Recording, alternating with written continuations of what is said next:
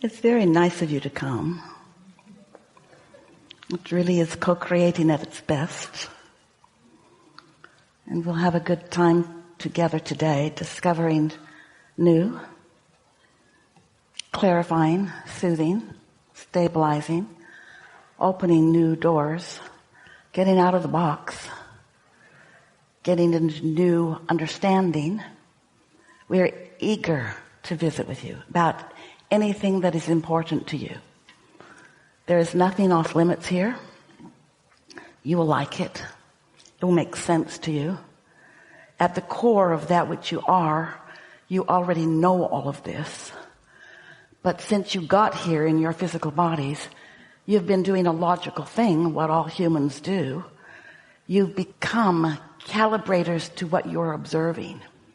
So you have adjusted your vibrational frequencies to match what's going on around you. And sometimes that is very helpful and sometimes not so helpful.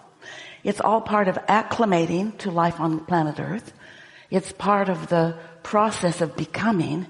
You knew it would be like that when you decided to come into this body. But we are here, if you want, to talk with you about how to calibrate to who you really are, to that source energy that still exists in non-physical, even though you are here in this physical body. We call that your inner being, your source. That is the larger part of you that remains non-physically focused while you are here. And those two aspects of you work together very nicely, because here you are. You weren't just willing, you were eager to get here and get focused here. Because you knew that the variety that surrounds you here would stimulate you, brilliant, worthy, specific you, would stimulate you, inspire you to more than was already here when you got here.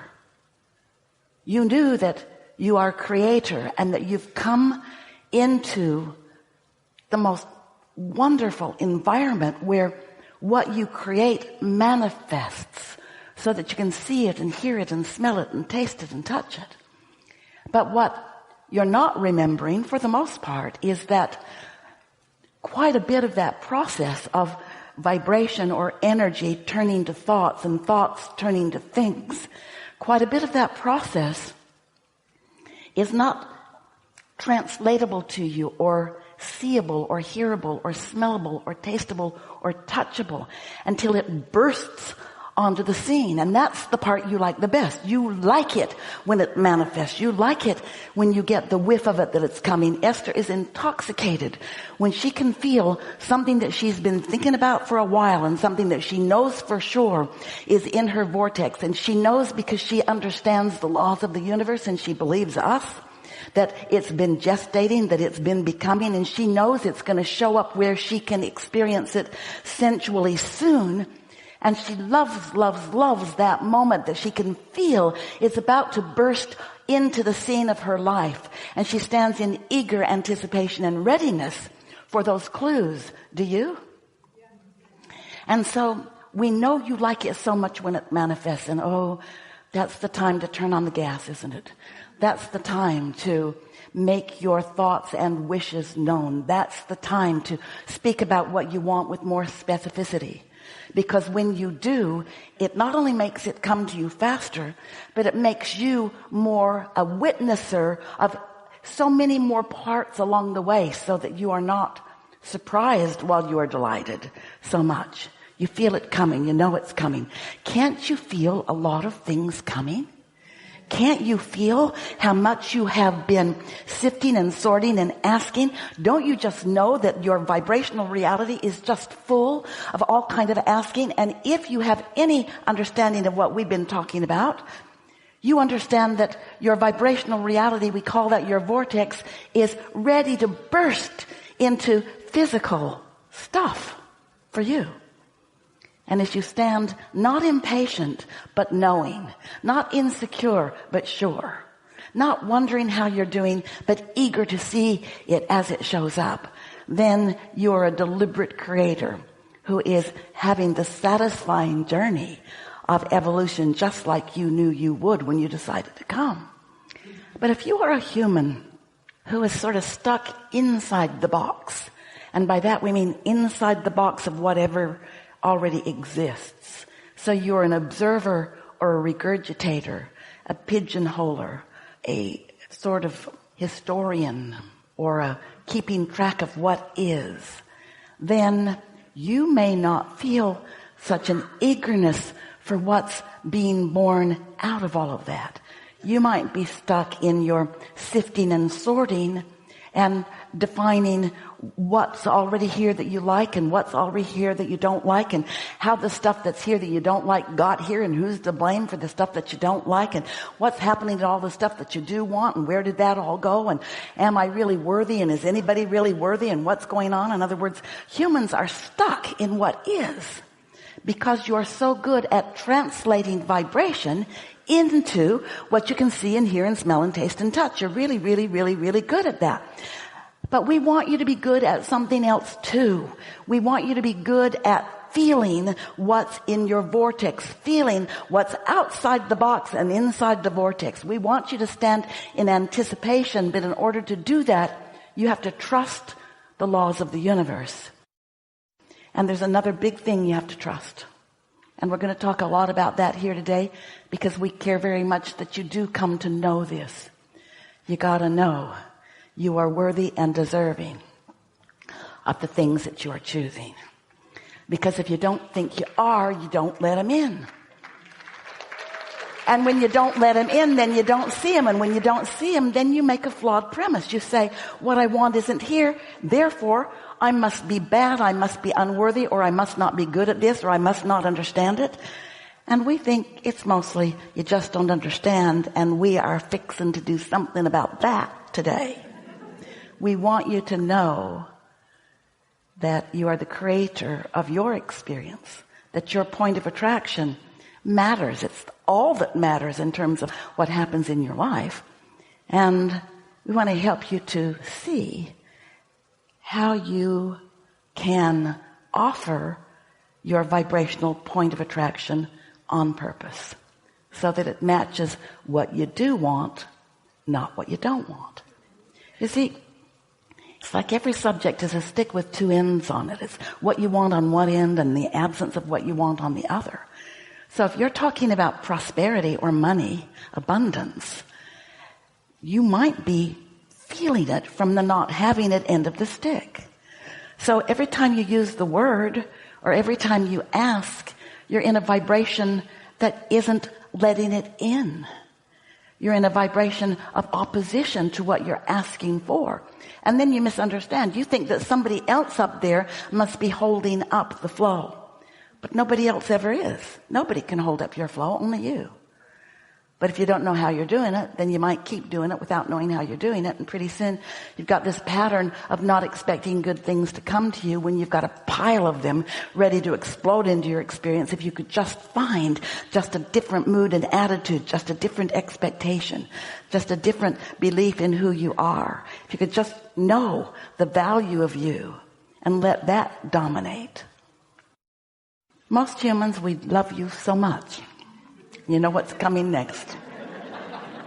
Most humans calibrate to the humans around them. So an analogy that we've been using recently that feels effective to you, it's as if you're walking around with a bag of marbles. And this bag of marbles, magnetic, attractive marbles, represents every thought you've ever thought, but all of them are not active right now. So all of them are not actively attracting, but they could wake up. You could have an experience and cause them to become active again, and then it starts showing up. You see that, don't you? You're not thinking about something for a long time, and then you think about it, and then everywhere you go, there it is. That's because you activated it. Whether you meant to or not, you did. Well, everybody else is walking around with a bag of marbles too. And when you come in the proximity of one another, even when you think about each other, your marbles activate. And then if there are matching marbles in their bag, because law of attraction is very precise, their marbles light up too. And then you have a relationship based upon active marbles. So let's say, for example, that you decided that you wanted something and you are fairly frisky in life. You haven't been beaten down by your constant looking at the absence of what you want yet. And you begin making a statement about something that you want. And because, let's just say in our analogy, you're on your own, you're floating free, there's nobody around you, your helicopter mother is somewhere else, your peer group pressure is off peer grouping somewhere else, and you're just feeling kind of high and excited about this idea. And in that feeling, your idea is evolving. It's already fully manifested, because when you ask for it, it became a vibrational reality. When you ask, it is given. Someone should write a book. But you've got to find vibrational matching with what you've asked for, or it cannot come into your experience. So here you are, frisky. You've got your bag of marbles. You're not really thinking about that, but you're thinking about this new idea. And when you think about it, it feels good. You like thinking about it. It feels good. So then somebody you know shows up and you tell them about your idea. But they've already been touched by something like that. They knew somebody who wanted that and it went bad and they fell off a cliff or in a hole. And so when you tell them about your idea, before you have fully developed it and it has enough power that it doesn't matter what anybody else thinks, they might say something that might activate another marble in your bag. And so you go from a feeling of certainty to a feeling of, well, still it's really probable that I could get that. But as they talk longer, then it feels maybe possible.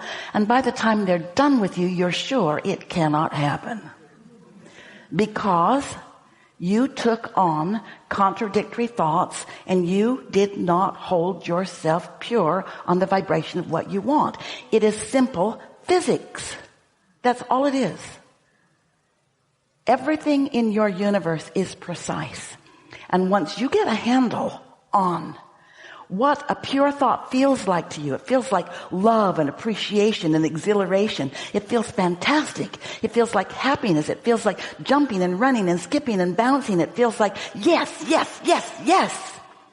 But somebody that has been touched by others with their bags of marbles, they're in the warning mode. Oh, you better be careful. You could get your heart broken. You could want something that you can't have, and then you could be like Uncle Frank, who just lays under the bridge all day. And so what we want to help you to realize is that you have the ability to find a thought of what you want and to practice it into a place of purity and to bring it all the way home in its fantastic dimension in whatever way you want. It will get bigger and bigger and broader and better and better and better, because that's how the universe works. That's how the law of attraction works. But there is no assertion, there's only attraction. And so if you are attracting desire and doubt, what have you got? You got a muddy mess. I want it, but I felt like I could do it, and then I talked to them. Or I didn't even talk to them. I just showed up where they were, and they just vibrated around me, and I paid attention to them and listened and wondered what they were worried about and what they were reading and what they were watching on television, and I started doing it too, and now I also want to die.